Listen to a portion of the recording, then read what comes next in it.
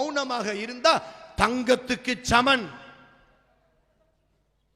சலாமத்துல் இன்சான் ஃபீ ஹிஃப்லில் லிசான்.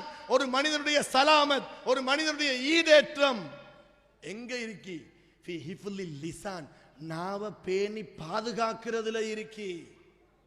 இமாமுல் ஆலம் Abu Hanifa ரலியல்லாஹு தஆலா அன்ஹு சொல்றாங்க, உனக்கு மௌனமா இருக்கணுமா?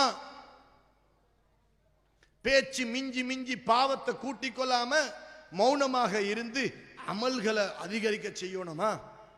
10 பேர் 5 பேர் 8 பேர் இருக்கிற மஜ்லிஸ்ல போய் உட்காரு, எல்லாரும் பேசுறத கேட்டுக்கொண்டிரி. உன் நஃப்ஸு கிட்ட நீ சத்தியம் செஞ்சு கொண்டு போகணும், வாய் திறக்க மாட்டே. மணித்தியால கணக்கில் அந்த மஜ்லிஸ்ல உட்காரு, பேசுவாங்க.